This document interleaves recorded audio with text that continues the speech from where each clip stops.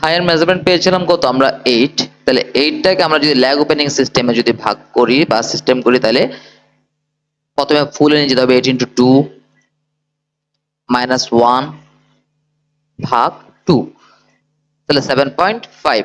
তাহলে আমাকে প্রথম পার্টের জন্য বসাতে হবে কত 7.5, তাহলে এই পয়েন্ট টুসটা নিলাম, নিয়ে 7.5 ক্লিক করলাম।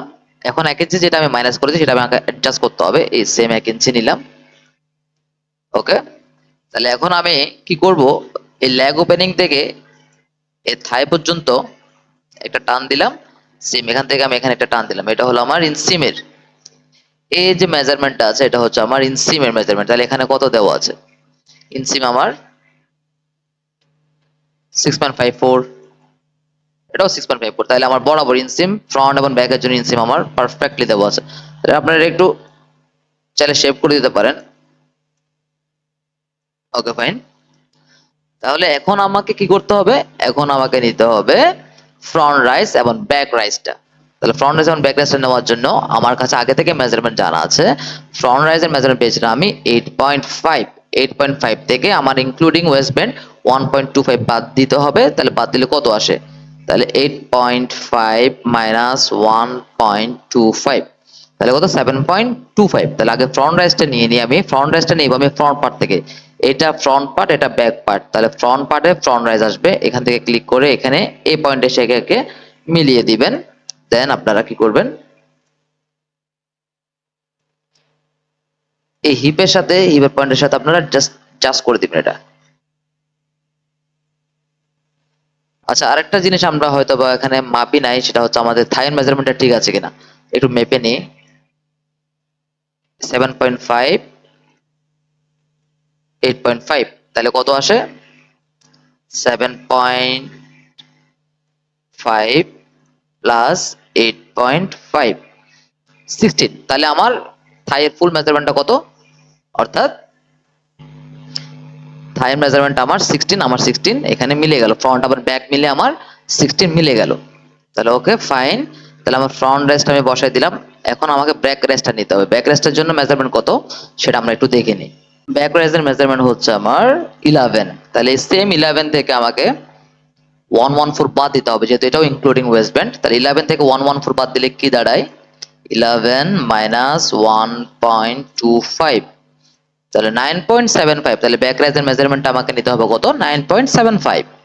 ব্যাক রাইজের মেজারমেন্টটা পেলাম কত আমি 9.75। তাহলে 9.75টা আমি এখান থেকে ক্লিক করে এই যে পয়েন্ট আছে না, এই পয়েন্টে গিয়ে এটা ক্লিক করবেন, ক্লিক করে আপনি 3 এর ডাউন করে দিবেন 0.38, এর ডাউন করে আমি এখানে বসালাম। বসায়ে এটা কেন করলাম, যেন অতিরিক্ত আমার হাইকিং না হয়। হাইকিং মানে হচ্ছে ফ্রন্ট রাইজ এবং ব্যাক রাইজ যখন ওয়েস্ট বেন্ডটা যখন আমি দিব তখন যেন অতিরিক্ত যেন বেঁকে না যায়, সেজন্য আমি 3 এর ডাউন করে দিলাম।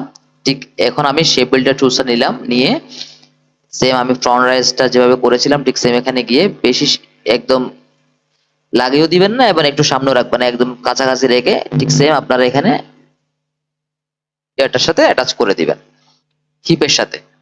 তাহলে আপনার মোটামুটি ফ্রন্ট রাইজ এবং ব্যাক রাইজ দেওয়া হয়ে গেছে। এখন চেক করতে হবে ফ্রন্ট রাইজ এবং ব্যাক রাইজের মেজারমেন্টটা ঠিক আছে কিনা।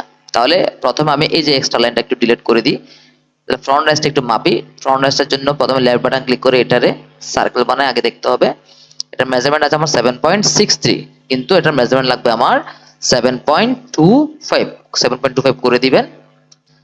এবং ব্যাক রাইজের মেজারমেন্টটা ঠিক সেম রাইট বাটন ক্লিক করে চেক করবেন, চেক করে 8.4, এটাকে আপনারা কি করবেন 9.75 করে দিবেন। তাহলে আপনার এখন দেখেন মেজারমেন্টটা চেক করেন 7.25, 9.75, তাহলে ফ্রন্ট রাইজ এবং ব্যাক রাইজের মেজারমেন্ট আপনার মিলে গেল। তাহলে এরপরে কাজটা হলো এই ফ্রন্ট রাইজটা ধরে এই এই যে এই প্রান্তে গিয়ে আপনারা আটকিয়ে দিবেন। আবার সেম একটু শেপ বিল্ডার টুলটা দিয়ে একটু শেপ করে দিবেন। এটা হলো আপনার ওয়েস্ট ব্যান্ডের মেজারমেন্ট। এখন ওয়েস্ট ব্যান্ডের মেজারমেন্টটা কত সেটা একটু দেখে নিই। ওয়েস্টের এই যে মেজারমেন্ট দেওয়া আছে এটা হচ্ছে আমার এক্সটেন্ড মেজারমেন্ট।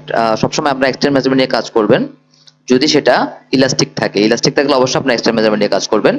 ওয়েস্ট আছে আমার 26, অর্থাৎ এই 26 আমাকে এখানে বসাইতে হবে। ওয়েস্ট ব্যান্ডের মেজারমেন্টটা পেয়েছি আমরা কত 26, অর্থাৎ চারটা পার্ট মিলে 26। এটার পুরো সার্কামফারেন্সে দেওয়া আছে। ফ্রন্টে আমার দুইটা পার্ট হবে, ব্যাকে আমার দুইটা পার্ট হবে। প্রত্যেক পার্টের জন্য আমাকে এটা ভাগ করে নিতে হবে। তাহলে 26 কে যদি আমি চারটা ভাগ করি তাহলে কি দাঁড়ালো, 26 ডিভাইডেড বাই 4, 6.5। অর্থাৎ আমাকে প্রত্যেক পার্টের জন্য 6.5 করে নিতে হবে। তাহলে আমাকে এই মেজারমেন্ট যেটা আছে সেটাকে আমাকে 6.5 নিতে হবে। তাহলে আগে দেখি নি মেজারমেন্টটা কত আছে। তাহলে এই মেজারমেন্টটা আছে আমার 6.9। তাহলে পেন্সিল টুলটা নিয়ে নিচের দিকে ক্লিক করে 6 এর বাইরে গিয়ে ক্লিক করবেন, ক্লিক করে কি আসবে, এটাকে 6.5 করে দিবেন, 6.5।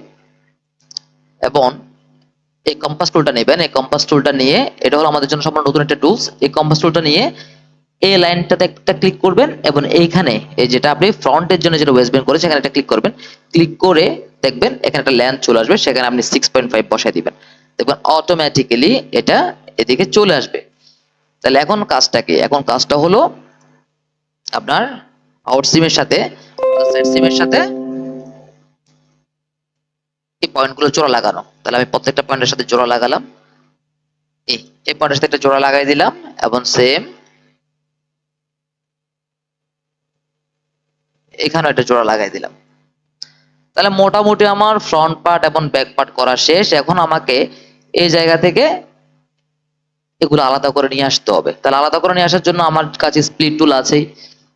আমি আপনাদেরকে আবারও বলছি, আমার প্রথম ভিডিওটা দেখলে আপনাদের আইকনগুলো নিয়ে অনেকটা ধারণা ক্লিয়ার হয়ে যাবে, আশা করি সমস্যা হবে না। তাহলে স্প্লিট টুলটা নিয়ে আমি প্রথম ফ্রন্ট পার্টটাকে আলাদা করি। এই আমার ফ্রন্ট পার্টের যে যে পার্টগুলো আছে, ফ্রন্ট রাইজ ধরলাম, ইনসিম ধরলাম, লেগ ওপেনিং এবং আমার সাইড সিম নিয়ে বাইরে গিয়ে রাইট বাটন ক্লিক করলাম, ক্লিক করে এখান থেকে নিয়ে চলে আসলাম।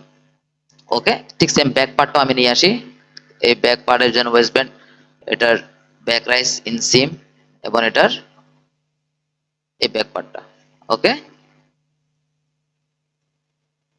তাহলে এই যে এখানে কিছু এক্সট্রা লাইন আছে, সেই এক্সট্রা লাইনগুলো আমি আগে রিমুভ করে দিই। এই পেন্সিল টুল নিলাম, নিয়ে এখানে একটা ক্লিক করলাম, এই লাইনের সাপেক্ষে এখানে একটা ক্লিক করে বাইরে এসে রাইট বাটন, তাহলে চলে যাবে। এগুলো আপনারা যখন ইউজ করতে থাকবেন তখন আপনাদের জন্য ইউজ টু হয়ে যাবে। Okay fine. তাহলে একটা জিনিস দেখেন, আপনার ফ্রন্ট পার্ট চলে আসছে, আপনার ব্যাক পার্ট চলে আসছে। তাহলে এখানে আর মিসিং কি আছে, তাহলে এখানে আমি একটু দেখে নিই কি কি মিসিং আছে। তাহলে এখানে আমি দেখতে পাচ্ছি আমার একটা মক ফ্লাই আছে, অর্থাৎ এটা ফেক ফ্লাই বলে। যদি কোনো প্যান্টের মধ্যে ইলাস্টিক থাকে, জিপার না থাকে, সেক্ষেত্রে আপনাকে সিঙ্গেল ফ্লাই ইউজ করতে হবে। আর আমার পকেট আছে এখানে, এটা পকেট ব্যাগ দিতে হবে আর পকেটের ওপেনিং দিতে হবে। আর কিছু নাই, এই দুইটা কাজ করলে আমার মোটামুটি প্যান্টের প্যাটার্নটা রেডি হয়ে যাবে। তাহলে চলুন সেটা আমরা করে নিই। তার আগে দেখি না আমার ফ্লাইয়ের মেজারমেন্টটা কি আছে এখানে। ফ্লাইয়ের মেজারমেন্টটা front fly length including DDS, এটা হচ্ছে কত 5 ইঞ্চ হচ্ছে লেন্থ এবং উইথ হচ্ছে আমার 114। তাহলে ফ্লাইটা কিভাবে আঁকবেন সেটাও দেখে নিই আমরা। 5 ইঞ্চ আর 114 ফ্লাইয়ের মেজারমেন্টটা পেলাম আমরা কত 5 ইঞ্চ এবং 114। তাহলে রাইট বাটন ক্লিক করে সেম ছেড়ে দিলাম, 5 ইঞ্চ আমরা লেন্থে বসালাম এবং উইথের জন্য কত 1.25। তাহলে ফ্লাই দেখতে কিরকম হয় সেটা আমরা ওদেরকে দেখাই। এইটার জন্য নেবেন আপনি এই টুলসটা, এই টুলসটা নিয়ে এই লাইনে এটা ক্লিক করবেন, আবার এই লাইনে এটা ক্লিক করবেন, ক্লিক করে হালকা ছেড়ে দিবেন, ছেড়ে দিয়ে আপনি এটাকে 1 ইঞ্চি পরিমাণ লেন্থ দিবেন। তাহলে বাকি যে স্পেসটুকু আছে সেটা কেটে দিবেন। এই যে এটা ধরে এদিকে কেটে দিবেন, এটা ধরে আপনি এদিকে কেটে দিবেন। এই যে আপনার একটা ফ্লাই তৈরি হয়ে গেল। এটা হলো আপনার সিঙ্গেল ফ্লাই। যদি ডাবল ফ্লাই হয় এটাকে জাস্ট আপনি 1:2 করতে পারেন, অথবা এটাকে আপনি ডাবল করে দিবেন, শেষ। তাহলে আমার ফ্লাইটা আঁকা হয়ে গেল। এরপর আমাকে দেখতে হবে পকেট ওপেনিংটা এবং একটা পকেট ব্যাগ আঁকতে হবে। তাহলে চলুন দেখে নেওয়া যাক।